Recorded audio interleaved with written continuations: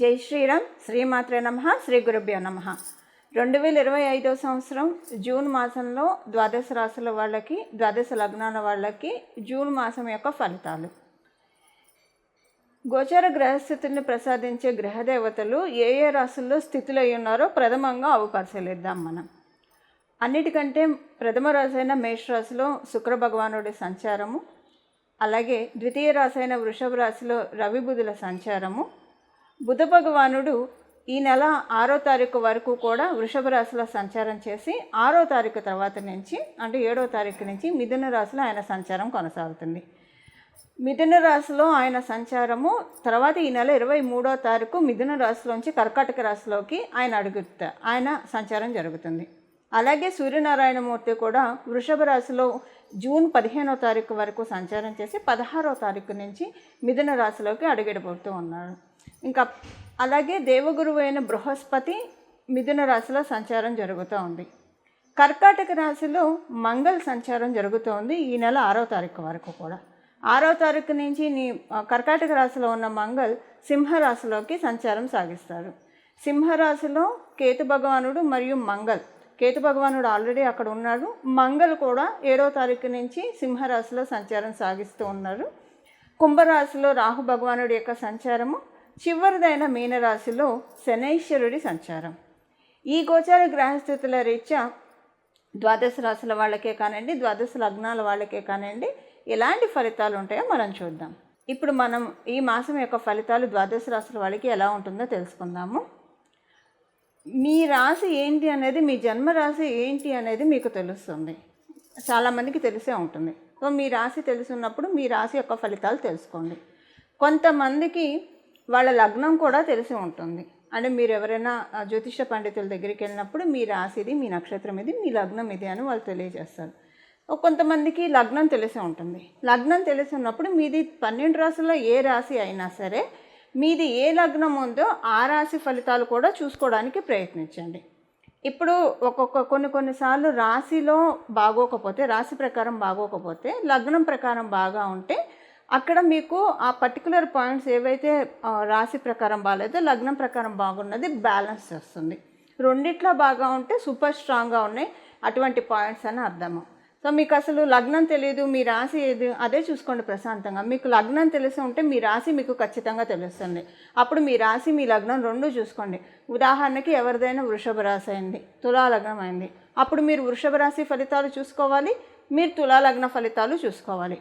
12 రాశుల్లో మీరు ఏ లగ్నం పడినా సరే, మేషరాశి మొదలుకొని మీనరాశి వరకు ఏ లగ్నం మీద అయితే లగ్న ఫలితాలు కూడా చూసుకోండి. ఆ లగ్నం ఏ రాశికి సంబంధించి ఆ రాశి ఫలితాలు కూడా మీకు వర్తిస్తాయి. ఎలానో లగ్నం తెలిసిన వాళ్ళకి రాశి తెలిసే ఉంటుంది ఖచ్చితంగా. రాశి ఫలితాలు కూడా చూసుకోండి. ఈ రెండు తెలియని వాడికి ఓన్లీ రాశి తెలిసిన వాళ్ళు రాశి తెలిసిన వాళ్ళు ఎలాంటి ఇబ్బంది లేకుండా మీ రాశి యొక్క ఫలితాలు ఫాలో అవ్వడానికి ప్రయత్నించండి. కొంతమంది నామ నక్షత్రం ప్రకారం రాశిని ఫాలో అయ్యి చూసుకుంటారు.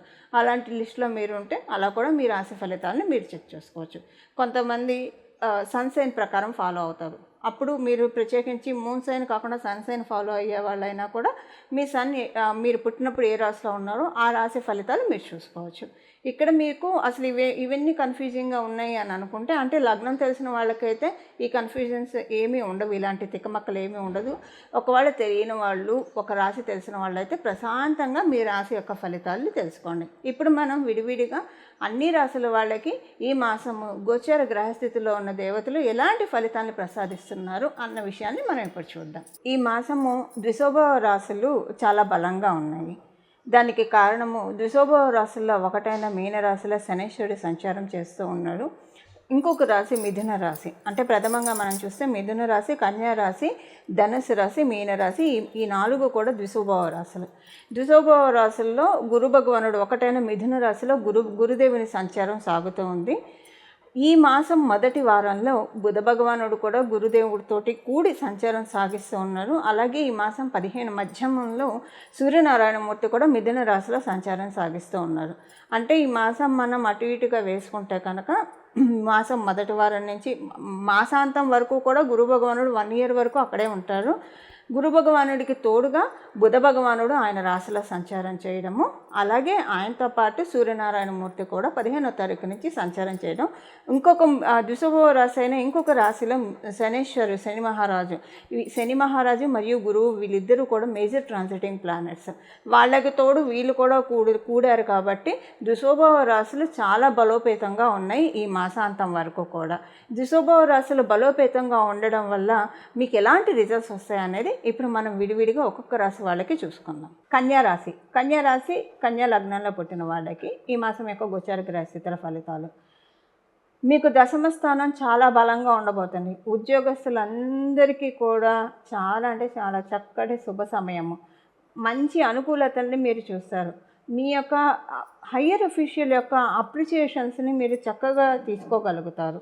ఉద్యోగస్తులందరికీ కూడా మీ దశమాధిపతి అయిన బుధ భగవానుడు 7వ తారీఖు నుంచి దశమ స్థానంలో సంచారము ఉద్యోగస్తులందరికీ చాలా మంచి ఫలితాన్ని కలిగిస్తున్నారు. మీరు ప్లేస్మెంట్ సర్వీసెస్ చేస్తూ ఉంటే మీకు చాలా మంచి శుభ సమయము. ఏదైనా ఒక ప్లేస్మెంట్ కోసం మీరు ఎదురు చూస్తూ ఉంటే, అంటే ఒక మంచి ఉద్యోగం కోసం ఎదురు చూస్తూ ఉంటే మంచి పీరియడ్ ఇది వస్తుంది మీకు. మీరు హెచ్ఆర్ పొజిషన్లో ఉన్నా లేదా ఫైనాన్షియల్ ఫీల్డ్స్లో ఉన్నా చాలా చక్కగా ఉంటుంది ఉద్యోగస్తులకు. అంటే ఏ రంగంలో ఉన్న వాళ్ళకైనా సరే ఉద్యోగస్తులకి చాలా అంటే చాలా అల్టిమేట్ సూపర్బ్ పీరియడ్. మరి వ్యాపారస్తుల మాట ఏంటి? వ్యాపారస్తులకి కూడా మంచి సమయమే, కానీ కండిషన్ ఏంటంటే వ్యాపారస్తులకి ఇంట్లో బాగానే అనిపిస్తుంది, ప్రశాంతంగా ఉంటుంది. వ్యాపారంలో కొంచెం అవకతవకలు జరిగినట్లు అనిపిస్తుంది. అవమానాలు జరగడం వల్ల మీకు ఇంట్లో వాళ్ళ సపోర్ట్ ఉంటుంది. అంటే ఇప్పుడు ఒక్కొక్కసారి బయట ఎలా ఉన్నా సరే ఇంట్లో వాళ్ళ సపోర్ట్ బాగా ఉంటే ఎలాంటి పరిస్థితులైనా అధిగమించవచ్చు. అలా మీకు ఈసారి ఇంట్లో వాళ్ళ సపోర్ట్ బాగా తెలుస్తుంది. వ్యాపారస్తులు కొంచెం కేర్ఫుల్గా ఉండాలి. మీ కమ్యూనికేషన్స్ విషయాల్లో మీరు చేసిన కమ్యూనికేషన్నే తప్పు పట్టుకొని దాన్ని లాగి పీకి కొంచెం రచ్చలు చేసే అవకాశం మీ చుట్టూ మీరు ఎవరితో అయితే ట్రాన్సాక్షన్స్ ఇస్తున్నారో వాళ్ళతో ఉంటుంది. కొంత అవమానాలు ఫేస్ చేస్తారు. కొంచెం మీ జాగ్రత్తలో మీరు ఉంటే దీని నుంచి కొంతవరకు మీరు తప్పించుకోవచ్చు అనే చెప్పవచ్చు. అయితే ఇక్కడ ఏంటంటే అంతకుముందు ఇలాంటి సిచ్యువేషన్ వచ్చినప్పుడు మీ ఇంట్లో వాళ్ళు కూడా మీరే తప్పని వేలెత్తి చూపించి ఉండవచ్చు. కానీ ఇప్పుడు ఏంటంటే ఇంట్లో వాళ్ళ సహాయ సహకారాలు బాగా ఉంటాయి. సో నీ తప్పేం లేదు, నువ్వు బాధపడకు అని మీకు ధైర్యాన్ని చెప్పి భరోసా ఇచ్చే అవకాశం చక్కగా ఉంది. కానీ కొంచెం వ్యాపారానికంటే ఆర్థికంగా వచ్చిన ఇబ్బందులు ఏం లేవు. అవకతవకలు మీకు తెలియకుండానే కొన్ని మిస్టేక్స్ చేస్తారు, చూసుకోండి. మీరు డబ్బుల విషయంలో, ట్రాన్సాక్షన్స్ విషయంలో చాలా జాగ్రత్తగా ఉండాలి. ఆన్లైన్ పేమెంట్ విషయంలో కావచ్చు, మీరు ఎవరికైనా డబ్బులు ఇచ్చే విషయంలో కావచ్చు, లేదా మీరు ఎవరి దగ్గర నుంచి అయినా డబ్బులు తీసుకునే విషయంలో కావచ్చు, కొంచెం కేర్ఫుల్గా ఉండాలి. అవకతవకలు మనీ మ్యాటర్స్లో జరిగి దానివల్ల మళ్ళీ మీరు ఒక ఫిగర్ చెప్పపోయి ఇప్పుడు వ్యాపారస్తులు అయితే డెఫినెట్గా మీ ప్రొడక్ట్ రేటు ఇంత అని మీరు ఇంకొకటి చెప్పిండవచ్చు, లేదా వాళ్ళు మీరు ఇంత చెప్పారని వాళ్ళు మీకు ఆర్గ్యుమెంట్స్ పెట్టవచ్చు. అంటే ఒక రకంగా చెప్పాలంటే మీ వ్యాపారస్తులకి మీ క్లయింట్స్ తోటి కొంచెం ఆర్గ్యుమెంట్స్ ఎక్కువగా ఉంటాయి అన్నమాట. ప్రతి ఒక్కళ్ళతోటి ఆర్గ్యుమెంట్స్ ఉంటాయి. ఇదేంట్రా భగవంతుడు, అసలు కొన్నాళ్ళు వ్యాపారాన్ని పక్కన పెట్టేస్తే హ్యాపీగా ఉంటుందేమో అన్నట్లు అనిపిస్తుంది. కానీ అది ఈ మాసం వరకే పరిమితం. గట్టిగా చెప్పాలంటే ఈ మాసం 2వ వారం నుంచి ఈ మాసం 3వ వారం వరకే ఇది పరిమితం. ఈ మాసం మొత్తం కూడా ఉండదు. సో 2వ వారం నుంచి అంటే 7వ తారీఖు నుంచి 23వ తారీఖు వరకు కొంచెం జాగ్రత్తగా ఉండాలి. అంతకుముందు ఉండదు, ఆ తర్వాత ఏ బాధ ఉండదు. ఇలాంటి సిచ్యువేషన్స్ కొంచెం హ్యాండిల్ చేసుకోవాలి. ముందుగానే జాగ్రత్తగా ఉంటే ఇలాంటివి చూడాలి. వివాహానికి ప్రయత్నించే వాళ్ళకి సూపర్బ్ పీరియడ్, సూపర్బ్ టైమింగ్. చక్కగా మీరు చేసే వివాహ ప్రయత్నాలన్నీ కూడా సఫలీకృతం అవుతాయి. సంతానం కోసం ప్రయత్నిస్తూ ఉంటే కనుక చాలా చక్కటి శుభ సమయం. సంతాన సాఫల్యత చక్కగా ఉంది. సంతానం యొక్క అనుకూలత ఆల్రెడీ మీకు సంతానం ఉంటే సంతానం యొక్క అనుకూలతని మీరు చక్కగా చూస్తారు. ఇవి ఈ మాసం యొక్క గోచర గ్రహస్థితుల ఫలితాలు. కన్యారాశి, కన్యా లగ్నాల్లో పుట్టిన వాళ్ళు. ఈ మాసంలో ద్విశుభ రాశుల్లో అత్యంత బలీయంగా ఉన్నది మిథున రాశి. మనం కాలపురుషుడి కుండలిలో చూసుకుంటే కనుక మిథున రాశి మన భుజాలని సూచిస్తుంది. అంటే ఏదైనా ఒక కార్యం వాళ్ళు భుజాల మీద వేసుకొని వాళ్ళు నడిపిస్తున్నారు, ఇలా మనం జనరల్గా చెప్పుకుంటూ ఉంటాం కదా. ఇప్పుడు కాలపురుషుడి కుండలి ప్రకారం మనం చూసుకుంటే అన్ని రాసుల వాళ్ళకి కూడా ఈ పాయింట్ అప్లికేబిలిటీ ఉంటుంది. అంటే మనం ఏదైనా ఇంపార్టెంట్ పనులు తలపెడితే అవన్నీ కూడా శీఘ్రంగా, అతి శీఘ్రంగా, అంటే అతి వేగవంతంగా అవ్వడానికి దేవతల యొక్క ఆశీస్సులు మనందరి పట్ల చాలా బాగా ఉన్నాయి. అయితే ఇప్పుడు దేవతల యొక్క ఆశీస్సులు బాగా ఉన్నాయి కాబట్టి ఎలానూ తలపెట్టిన కార్యాలు నెరవేరడం అయితే తథ్యము. కాకపోతే మీ యొక్క జన్మగ్రహస్థితులను అనుసరించి ఒకవేళ జన్మగ్రహస్థితులు బాగా ఉన్నా, ఒక్కొక్కసారి అనుకూలమైన గ్రహదశలు రాకపోయినా సరే జన్మగ్రహస్థితులు బాగా ఉన్నా ఆ ఫలితాలను అయితే, పర్టికులర్ ఫలితాలను అయితే పూర్తిగా చూడలేరు. ఎప్పుడైనా సరే మనకి దశ అంతర్దశల్లోనే మనం ఫలితాలను చక్కగా చూడగలుగుతాం. ఏ గ్రహం ఇచ్చే ఫలితాలు మనం చూడగలుగుతాం. మన జాతకంలో రాజ్య సంబంధ యోగం ఉందా, రాజయోగాలు ఉన్నాయా, విపరీత రాజయోగం ఉందా, నీచభంగ రాజయోగం ఉందా, కొన్ని వందల యోగాలు ఉన్నాయి మనకి పరాశర సంహిత ప్రకారం. కానీ అవి యాక్టివేషన్ పాయింట్స్ ఉంటాయి. అయితే ఇప్పుడు మనకి గోచారంలో మనందరికీ యాక్టివేషన్ పాయింట్ ఏంటంటే మిథున రాశి బలంగా ఉంది కాబట్టి పనులన్నీ స్పీడప్ అయ్యే టైం లాగ్ లేకుండా చాలా బాగా వేగవంతంగా మనం అనుకున్న పనులు మన దైనందిన జీవితంలో మనం అనేక పనులు చేపడుతూ ఉంటాము. ఉదాహరణకి కొంతమంది ఉద్యోగానికి ప్రయత్నిస్తూ ఉంటారు, కొంతమంది వ్యాపారంలో పురోభివృద్ధికి ప్రయత్నిస్తుంటారు, విద్యార్థులు అయితే వాళ్ళ చదువులో ముందుకు వెళ్ళడానికి ప్రయత్నిస్తారు, కొంతమంది సొంత ఇంటి కోసం ప్రయత్నం చేస్తుంటారు, కొంతమంది గృహ నిర్మాణం చేపట్టి మధ్యలో ఆగిపోయి ఇబ్బంది పడుతుంటారు. ఇలాగ మనకి డే టు డే లైఫ్లో చాలా వర్క్స్ అనేవి పెండింగ్ ఉండిపోతూ ఉంటాయి. పెండింగ్ ఉన్న వర్క్స్ అన్నీ ముందుకు సాగడానికి, ప్రత్యేకించి పేపర్ వర్క్స్ ఏమైనా పెండింగ్ ఉంటే కనుక అగ్రిమెంట్ మీద సైన్లు చేయక పనులన్నీ ఆగిపోతున్నాయి, ఇలాంటి ట్రబుల్స్ ఎవరైనా ఫేస్ చేస్తూ ఉంటే దానికి ఇది ది బెస్ట్ పీరియడ్ అనమాట. లేదా కమ్యూనికేషన్స్ వైజ్ ఒక మెయిల్ వస్తే చాలు వాళ్ళ నుంచి మనకి పని అయిపోయినట్లు అనుకున్న వాళ్ళకి. సో ఇలాగా తదితర అంశాలను మనం పరిగణనలోకి తీసుకుంటే ద్వాదశ రాశుల వాళ్ళకి, ద్వాదశ లగ్నాల వాళ్ళకి ది బెస్ట్ టైం ఇది. మన పనులు గోచారంలో మనకి గ్రహదేవతల అనుకూలత బాగా ఉంది కాబట్టి ఇప్పుడు ఈ చిన్న మంత్రాలు, ఇప్పుడు నేను చెప్పబోయే నామాన్ని, మంత్రం కూడా కాదు, నామాన్ని జపించడం వల్ల మనం అనుకున్న పనులన్నీ కూడా వేగవంతంగా అతి శీఘ్రంగా అవ్వడానికి చక్కటి సదవకాశాలు ఉంటాయి. ఇప్పుడు ఈ నామం ఏంటో మనం చూద్దాం. మీరు ఉదయాన్నే స్నానం చేసిన వెంటనే చక్కగా ఓంకారం చేర్చి జపించుకోవచ్చు. రోజుకి ఒక 108 సార్లు, 41 సార్లు కానీ 108 సార్లు కానీ, ఎంతోసేపు పట్టదు, జపించడానికి ప్రయత్నించండి.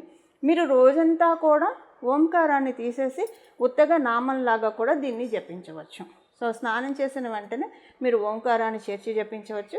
తర్వాత మీరు రోజంతా కూడా ఇప్పుడు నేను చెప్పబోయే నామాన్ని జపిస్తే చాలా ఫలితాలు వస్తాయి. కాకపోతే రోజంతా జపించేప్పుడు ఓంకారం ఇలాంటివి బీజాక్షరాలు కానీ చేర్చకూడదు. ఎందుకంటే ఒకవేళ మీరు ఇంట్లోనే ఉంటారు, ఎవరితోటి కలవరు, బయటికి వెళ్ళరు, శుచిగా శుభ్రంగా ఇంట్లో ఉంటారంటే ఆహార నియమాలు అన్నీ పాటించే వాళ్ళైతే 24/7 అంటే మీరు మెలుకుతున్నంతసేపు బీజాక్షరాలతో జపించవచ్చు.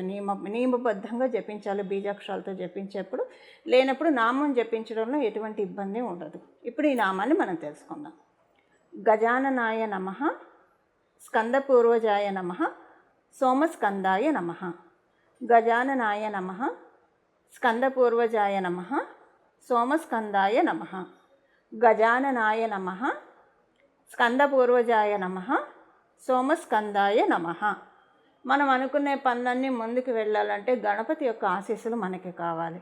అందువల్ల గణపతికి సంబంధించిన మంత్రము ఎప్పుడైనా సరే స్కందుడు మన పనులన్నీ కూడా ముందుకు తీసుకెళ్తూ ఉంటాడు. మనకి ఏ పనులలో ఆటంకం రాకుండా పనులన్నీ ఎందుకంటే ఆయన దేవసైన్యాధ్యక్షుడు కాబట్టి పనులన్నీ వేగవంతంగా అవ్వడానికి మనల్ని బ్లెస్ చేస్తూ ఉంటారు. అందువల్ల స్కందపూర్వజాయ నమః అంటే స్కందుడికి పూర్వుడు ఎవరు? గజాననుడు. అంటే గణపతి యొక్క నీ యొక్క ఎల్డర్ సిబ్లింగు గజాననుడు అని మనం చెప్తున్నాం. ఆ మంత్రం యొక్క నామం యొక్క అర్థం ఏంటంటే సుబ్రహ్మణ్య స్వామి యొక్క అన్న గణపతి అని ఆ మంత్రం యొక్క అర్థం అన్నమాట. అది స్కందపూర్వజాయ నమః. అలాగే సోమస్కందాయ నమః. ఆయన సోముడి యొక్క పుత్రుడు కాబట్టి సోమస్కందాయ నమః. ఈ నామాలు మనము ఈ నెలంతా కూడా జపించుకోవడం వల్ల చాలా మంచి ఫలితాలు వస్తాయి. నేను చెప్పిన మాట గుర్తుపెట్టుకొని మీరు స్నానం చేసిన వెంటనే అయితే ఓంకారం చేర్చుకొని జపించవచ్చు. ఇది 108 సార్లు ఎవ్రీడే కనీసం జపించడానికి ప్రయత్నించండి. మీరు ఏ పనిలో ఉన్నా సరే ఈ నామాల్ని మనసులో జపించుకుంటే కనుక పనులన్నీ కూడా ఏవైతే మీకు వర్క్స్ అన్నీ పెండింగ్లో ఉన్నాయో, పనులన్నీ ఏవైతే పెండింగ్లో ఉన్నాయో అవన్నీ కూడా చక్కగా ముందుకు వెళ్ళడానికి చక్కటి ఆస్కారం గ్రహదేవతల దయ వల్ల దొరుకుతుంది. అందులో ఈ మాసం ద్విశుభవ రాశులు చాలా బలీయంగా ఉండడం వల్ల మనం అనుకున్న పనులన్నీ కూడా వెంటనే వేగవంతంగా జరగడానికి చక్కటి అవకాశం ఉంటుంది. ఈ విధంగా చక్కగా గోచర గ్రహదేవతలు ప్రసాదించిన అవకాశాన్ని మనం అందరం కూడా సద్వినియోగం చేసుకొని మనకున్న పనులన్నీ కూడా ఏవైతే పెండింగ్ ఉన్నాయో అవన్నీ కూడా వేగవంతం చేసుకోవాలని చెప్పి నేను కూడా మనస్ఫూర్తిగా భావిస్తూ మంగళం. నమో భగవతే వాసుదేవాయ.